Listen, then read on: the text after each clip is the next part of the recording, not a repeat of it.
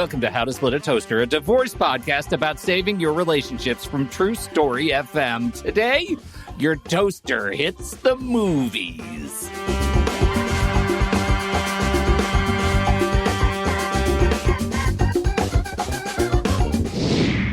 Welcome to the show, everyone. I'm Seth Nelson. As always, I'm here with my good friend Pete Wright and a special guest, Andy Nelson, our producer. Pete, we let him talk like once or twice a year. This is it. Once or twice a year, that's it. He's come out of the cage.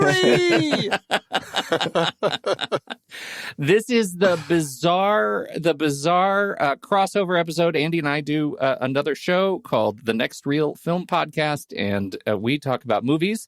And here, you and I, Seth, talk about divorce and the law. And now this is our third annual TNR Toaster crossover, where we talk about legal issues, divorce issues in film. And today, we should let Andy introduce, don't you think, the topic? We should. And my favorite thing about this show is this is the time where I know that both of you have so much more knowledge about this topic than I do, that I actually feel like I'm the guest on the show that's just kind of limping us along. So I know you guys are going to carry the show today. I appreciate it. I appreciate that holiday gift you're giving me. I look forward to this show every year. The show that is a break. Okay. That's right. Hi, Andy. It's always fun. Yes, we are, trying to come up with interesting divorce topics. And it's the holidays, and, we figured, co-parenting is a tricky thing during the holidays. So what if we do movies that involve parents working on their co-parenting skills? And so here we are talking about movies that have co-parenting in them. Did you have a particular strategy for your picks? I feel like I've been derided for some of my very serious and heavy picks in past crossovers that we've done. You're speaking broadly, but specifically by Seth for yes, your picks. Right. So largely, I tried picking things that I think are a lot more joyous and entertaining. So that's where I landed. Okay, I did too, and I don't think I did great. But I am increasingly happy. An hour ago, I was not happy, and then I started hearing some of the things that Seth is picking, and I'm happier with my choices now. How's that? Well, that's fair enough, because it's embarrassing how little I know about pop culture, and I don't watch a lot of movies. And if I do find time to watch a movie, it's usually at night, and I turn on the TV with the remote. And I have never seen the end of a movie because I will just fall asleep. And I will share this with you. This is so embarrassing. I literally fell asleep when I was picking the movie. I hadn't even started it yet. The remote was in my hand. And my fiance looked over at me the next morning and said, "I cannot believe I'm marrying you." That's amazing. Your fiance, she's better at movies than you are, would you say? 1,000 times better. She knows. She's like you guys. What year it was, who was in it. She probably even knows like the set locations and all this other stuff that you guys talk about that I don't understand. No, she knows movies up and down. And then she will tell me to pick a movie, and I will pick a bad movie time and time again. And then she'll delegate to me, and I'm like, "Are you sure?" Like, the track record is not good here. It's not good. Yeah. There are those people in your life that you feel like they keep giving me recommendations, and there's going to be a straw that will break this back, that they will go on the never accept a recommendation from this person anymore list. And you have to be very careful about, you don't want to ever be that person in somebody else's life. So I think let this show serve as a warning to others. Only good recommendations. Yeah. So please. If I name a show or a movie and these guys don't approve, do not watch it. Noted. Well, I will tell you my strategy.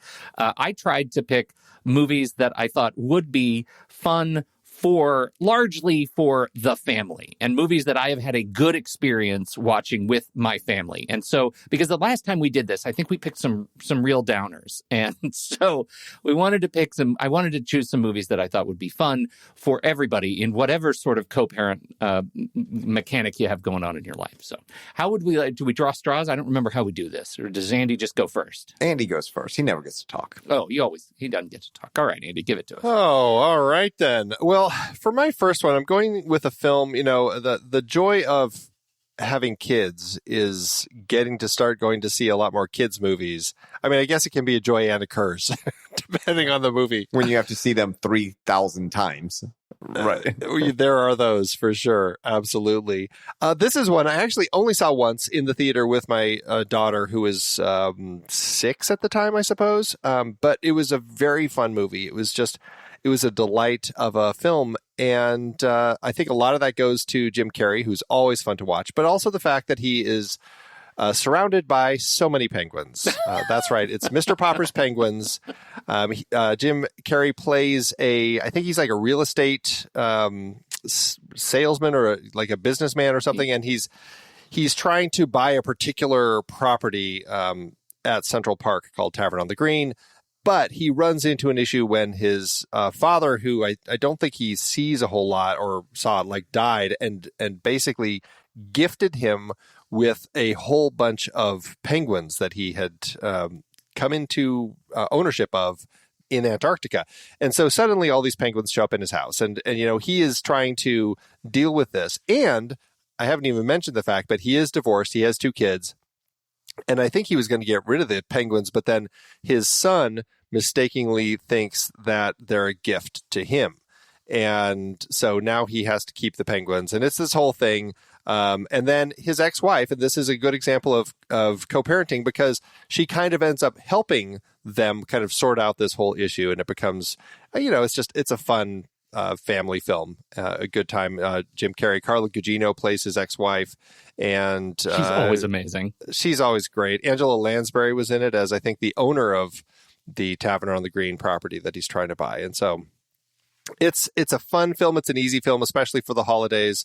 Jim Carrey and Dancing Penguins. I mean, it's hard to go wrong. Dancing Penguins. You can never go wrong with Dancing Penguins. And you can go wrong with some Jim Carrey movies. He has some real highlights, but also some tough ones to get through. And this is not one of them. I think it is. That's a great pick. That's a great pick. I haven't watched it in a long time. It's an easy watch. Yeah. Seth, you want to do number 2? Sure. So I actually did have a theme in picking movies. I wanted a legal term in the title. Oh, okay. So I went with Santa Claus. Okay. So Santa Claus. Yep, exactly. Tim Allen, little upset. Have the kids put the earmuffs on right now. He's upset because his ex-wife and her husband tried, but did not do so successfully, to break it to their 6-year-old son that Santa is not real. We know that's a lie. Santa is real, but that's what they're trying to say. And what happens is he ends up on the roof of his house, and Santa is there, and he startles Santa, who falls off the roof, leaving nothing but instructions and 8 reindeers on what to do. So he has to deliver all the gifts all around town while trying to still co-parent and make Christmas special for his kid. Oh.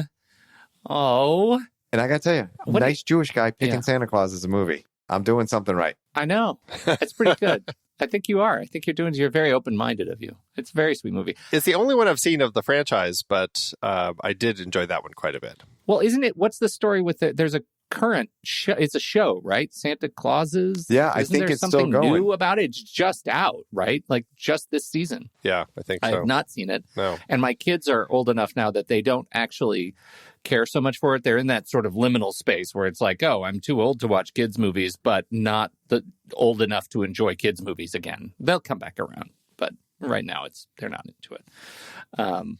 Fond memories of that movie, even as Tim Allen got a little bit questionable. The movie was good. He wasn't at the time, though. He wasn't at the time. That's right. That's always a struggle. Like when there's a good movie early on and then they do something questionable later in life. Do you not like the movie anymore? I don't know how to deal with that. Well, it's funny you should mention that. Uh-oh.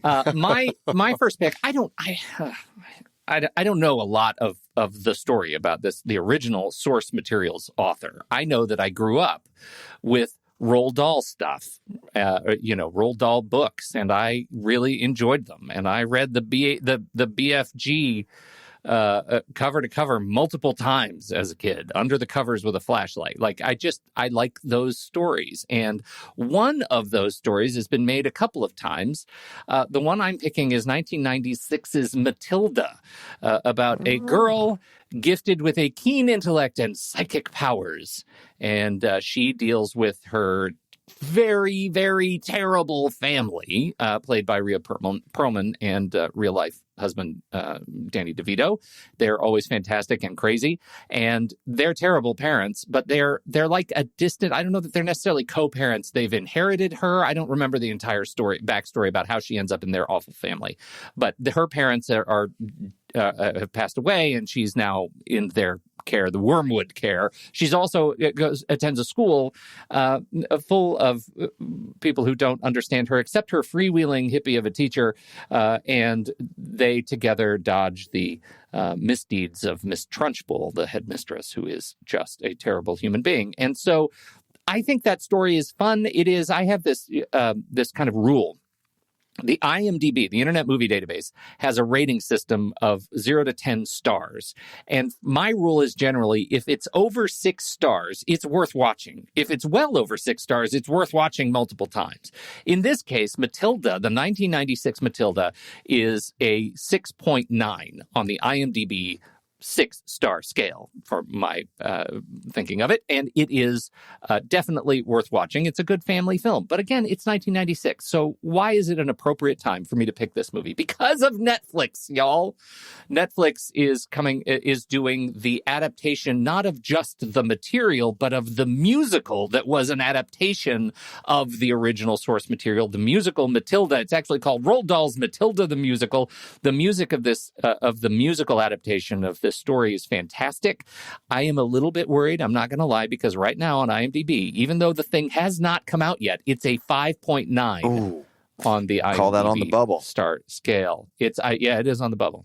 But let me tell you, you know what I learned today is how to pick better movies. Go to IMDb on the 6-point scale, according to Pete. Anything higher than 6 stars, I can pick, and maybe, maybe I'll be able to pick a decent movie. Might be a good starting place. There is a corollary to the 6-star rule. If it's under 2 stars, it's a guilty pleasure. Yeah, you got to. You're allowed to like it again because it's so bad it's good again. It comes back around. Gotcha. So, anyway, Roald Dahl's Matilda the Musical, which is really my pick because I'm very excited. I'm a musical theater nut, and this one comes out in December 25th. I think it's a limited theatrical run, and then it'll drop on Netflix. So there you go, Matilda the Musical. Matilda the Musical. All right, Andy, you're up. All right, so this one, it's kind of hard to say this one is co-parenting, but it is about a single dad dealing with his daughter who is curious about her mother. And it's a really kind of just adorable romantic comedy film called Definitely Maybe. Ryan Reynolds plays the dad of Abigail Breslin, who just had her first sex ed class, and now she's curious, about all of the stuff with her dad, who is actually going through a divorce with her stepmom, and so she is now trying to figure out who is my real mom, and he kind of makes it this guessing game, which is why the movie is kind of cute. Trying to figure out, and he's telling her kind of the story about the 3 women that he had really loved in his life. There was April, there was Emily, and there was Summer, and he's kind of giving him this story of these 3 women, and his daughter is trying to figure out which one is his mom, and he kind of paints one in a nice picture, and then she's like, oh, I hope she's my mom. And then something happens, and then she's like, I hope this next one's my mom. And you get to the end, and it's just a fantastically romantic end as he is reconnecting with the mom. As it turns out, he's getting divorced from who he's currently with, but he is getting reconnected. And so it's a really sweet movie. Definitely something worth checking out that gives you the feels. It is Definitely Maybe. I will definitely maybe check that out. I wonder how many times that joke has been made. I'm sure critics loved the title. I'm sure it came up a lot. I was just wondering how many times anyone's actually laughed at that joke, how many times it's been made. Only the first time, Seth. Only the first time. I have to say, I've never seen this movie. Definitely Maybe. Is that crazy? You would love it. I think you would really enjoy it. Ryan Reynolds, Isla Fisher, Elizabeth Banks, Rachel Weisz, Derek Luke, Kevin Kline. I mean, it's got a fantastic cast. Pete, you got to Google IMDb. Let's see what the star rating is. Definitely, maybe. Do you have it up, Andy? IMDb. I don't. I'm gonna find it right now. Okay, let's just see how good the movie is, Andy. 2008. It's IMDb is a valuable resource and very slow. 7.1. There we have it. Andy, your movie's worth watching. There you go. Phew. Okay. Staying with the legal theme. Sure. Mrs. Doubtfire, as in doubt beyond a reasonable doubt. Oh, okay. I had to stretch it a little there. Okay. Now, Robin. I'm gonna say my definitely maybe joke was better. Okay, fair enough. I told you I am not carrying the show today. Okay. So Robin Williams does not do well in court. He gets to see his kids once a day. Remember, the mom gets them once a week. The mom gets them the rest of the week. Be careful what you wish for. When you have your kids 6 out of 7 days and nights, what do you need? You need help. So she puts out an ad for a nanny. And what Robin Williams' character does is dresses up as a British lady named Mrs. Doubtfire and applies for the nanny job so he can see his kids. And he gets the job. So he's constantly in his ex's house with his kids, but they don't know that he is really him, their father, and ex. They think it is this British nanny, elderly woman. And a little trivia on this one, guys. In his biography, he wanted to test out how believable Mrs. Doubtfire would be. He got all dressed up as her and went to an adult bookstore to make a purchase, and he was not recognized. And if you picture what she looks like, it would be awesome to run into her in an adult bookstore. That is fantastic. What would I can't find it right now. What was her name? Euphigenia, I think. Euphigenia Doubtfire or something like that. It was just fantastic. And it was Sally Fields was the ex, the mom, and then Pierce Bronson was her new boyfriend. Brosnan, yeah. And he had all these funny interactions with Robin as Mrs. Doubtfire. So it's a really funny movie. A drive-by fruiting. Yeah, that's right. I will say, Seth, to your pick's credit, 7.1 on the IMDb scale. It is just the same. Tied with Andy, and I don't know what I'm doing. Even a blind squirrel. That is extraordinary. Right. Extraordinary. My next pick, I am Jon Favreau. We know Jon Favreau. He's a titan in superhero moviedom. Does a lot of work with Marvel. He was behind Iron Man. He the director of Iron Man. He was also Happy in Iron Man. Fantastic. Robert Downey Jr. He was Iron Man. Scarlett Johansson was Black Widow. What possible movie could I be talking about with Jon Favreau, Robert Downey Jr., Scarlett Johansson, John Leguizamo? I'm talking about one of my very favorite movies. Favorite movie settings. You put a movie that lives in this place in front of me, I will watch it every single time. That is a kitchen. The movie is Chef. It is a fantastic family movie in which Jon Favreau plays a chef at a fancy hoity-toity restaurant owned by the always fantastic Dustin Hoffman, and he is fired because he's an egomaniac, this chef, and he, as his life resets, he decides he's going to buy a food truck. And he's going to go make Cubano sandwiches because that's what he's really, really good at. And John Leguizamo is his sous chef and joins him in the truck. And who else joins him in the truck, you might be asking? Well, that's his son, Percy, played by M.J. Anthony. And he's in a co-parenting relationship with Sofia Vergara, his ex-wife. And it is a road trip movie. It's a rediscovering who you are as a man and as a human being movie and as a father. And it's a lot of chopping that is so viscerally satisfying. There's so much chopping. I absolutely love this movie. Chef, it's a 7.3, suckers. Yeah, and you stole mine. That was my only other one. I have no backup. It's a great movie. I love all those kitchen movies. Oh, so good. So It makes me good. so They're hungry. so good. Yeah, so hungry. And stick through the closing credits if you watch it, because you see Favreau learning to cook this incredible grilled cheese sandwich in the closing credits from this professional chef whose name escapes me all of a sudden. Who was the sous chef again? Who played that role? John Leguizamo. Okay, I got a funny story about him. You've got a Legua story? I do. So I know nothing about pop culture. And my quasi stepson was graduating from Northwestern, and he was doing film and acting. And John's daughter happened to be his classmate. So we were going to a graduation party where John was going to be there. And I get scolded before I ever show up. Look, there's going to be a famous actor there. Don't say anything stupid. Don't try to act cool. We're going to say this, like, be yourself, but not really. And like, the kids are just giving me a hard time. And I said, I wouldn't even know that he was a famous actor. I'm so bad. So I don't know why you're giving me this lecture. And they say, because we don't want you to get into a conversation with him and then say, so what do you do for a living?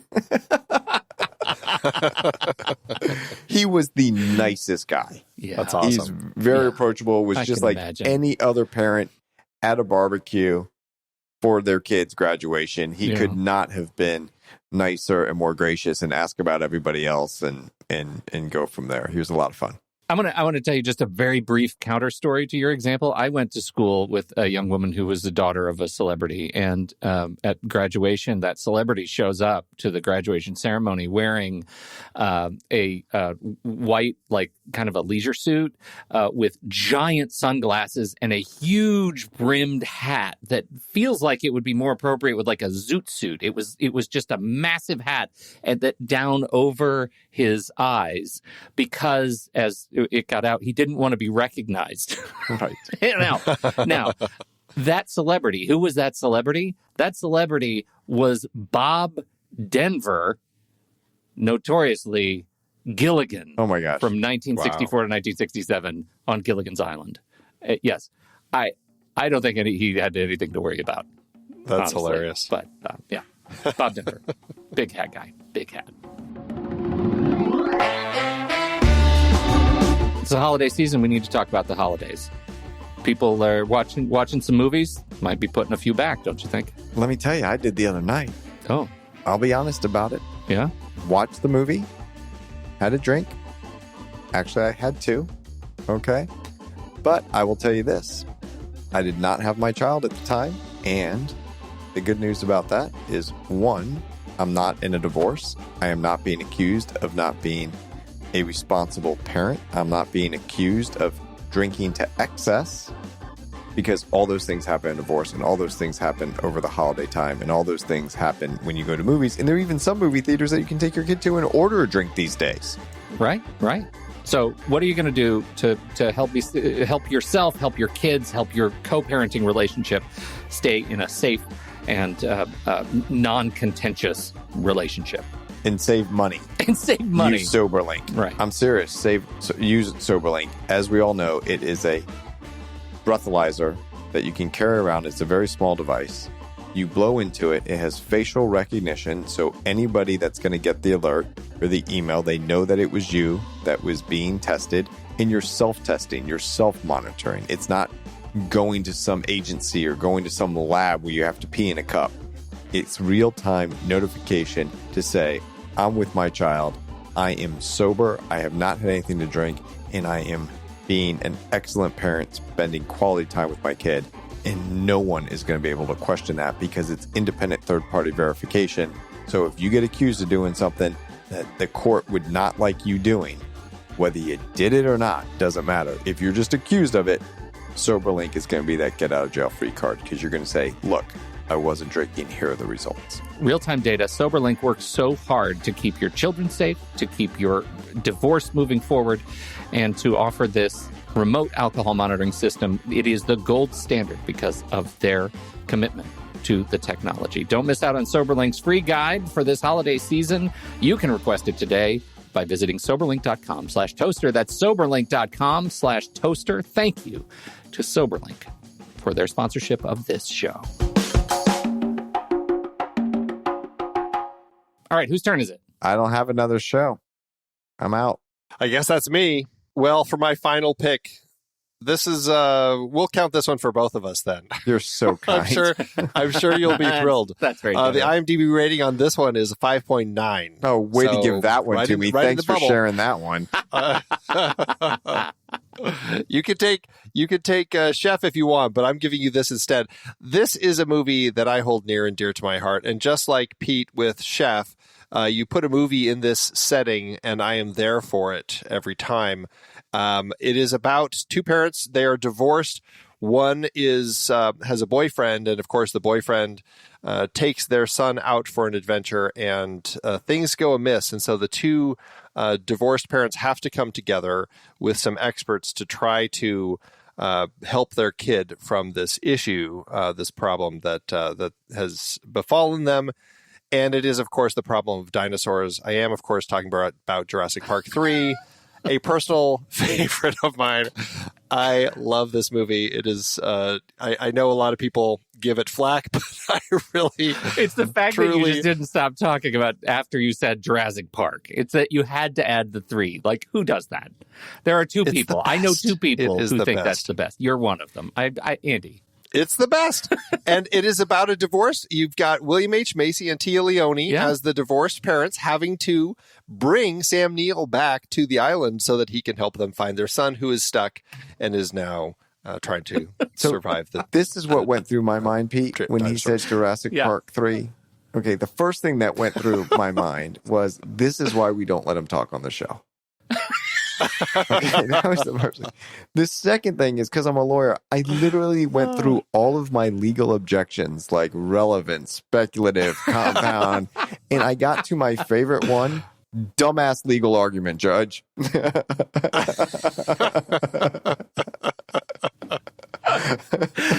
Outstanding. So, Andy, I so appreciate your generosity during the holiday season, but I will pass on this gift because I will share with you now, I would not even re-gift it. It's that bad. Oh, ouch. You know what? Just give it right back to me because I will just watch it again. I'm there for it. I'm going to get it for you on a VH recording, like a tape. VHS recording. Nice.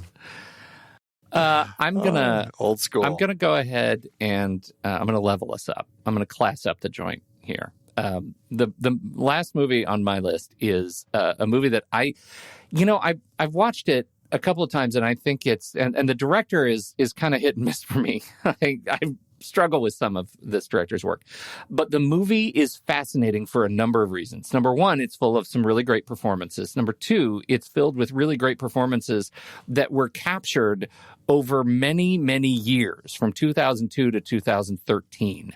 The movie I'm talking about is Boyhood, from director Richard Linklater, and it was actually captured in over the course of this boy's life. The boy, Eller Coltrane, the actor played by Eller Coltrane, it tells the story of him growing up from 6 to 18, but it's the same actor. So they filmed these scenes as he was growing up. It was not a recast thing, right. Years and years apart, which makes the movie fascinating to watch when you're aware of that.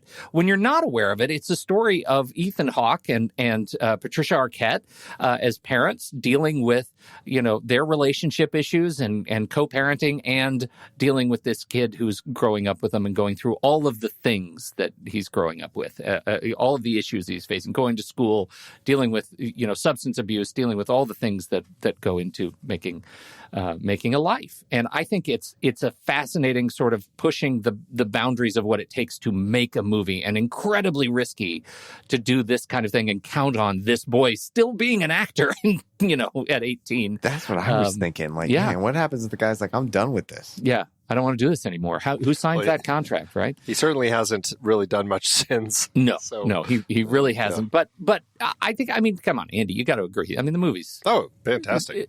It's a good movie. What is it on IMDb? I'm so glad you asked, Seth. I'm really, really glad you asked, because I think I'm closing us out, and I'd like to close us out with a mic drop, magnitude 7.9. Pretty solid. Yeah. Yeah, it's There pretty it is. solid. Solid. Pretty solid. What was Jurassic Park 3? Oh, Seth, I can't believe Is it Jurassic Park 3. 5 I'm gonna It was a 5.9. 5.9. Oh no, it's Yeah. right down there with Matilda the musical. Jeez. Of course, nobody's seen Matilda yet. They know what they're voting on with Jurassic Park 3. Well, Andy, we look forward to talking to you next year. Please go back in the hole under the I'll stairs. go back to my box. No, thank you both. It was still a lot of fun. And happy holidays to the both of you. And Seth, you've got some movie watching for the holidays. Jurassic sure Park do. 3, baby. Come my way. I'll be asleep Can't before wait. the opening credits. See if you can make it to. And you should watch Boyhood and see if you can make it to, I don't know, 13. Yeah. If you can get to when he's 13, you'll be fine. Which is he You- bar you mitzvah might- to you might stick 13? it Maybe out. I'll stick around for that. I've never Stick been to around one of for the those. All right, everybody. Thank you so much for hanging out with us, for your time and attention this fine holiday season. We hope you are watching lots of great movies, whether they're related to the law or holidays or co-parenting or not. We just want you to enjoy some movies, enjoy some new podcasts. We'll see you right back here for the start of season 7 of this show next week, right here on How to Split a Toaster, a divorce podcast about saving your relationships. Seth Nelson is an attorney with NLG Divorce and Family Law with offices in Tampa, Florida. While we may be discussing family law topics, How to Split a Toaster is not intended to, nor is it providing legal advice. Every situation is different. If you have specific questions regarding your situation, please seek your own legal counsel with an attorney licensed to practice law in your jurisdiction. Pete Wright is not an attorney or employee of NLG Divorce and Family Law. Seth Nelson is licensed to practice law in Florida.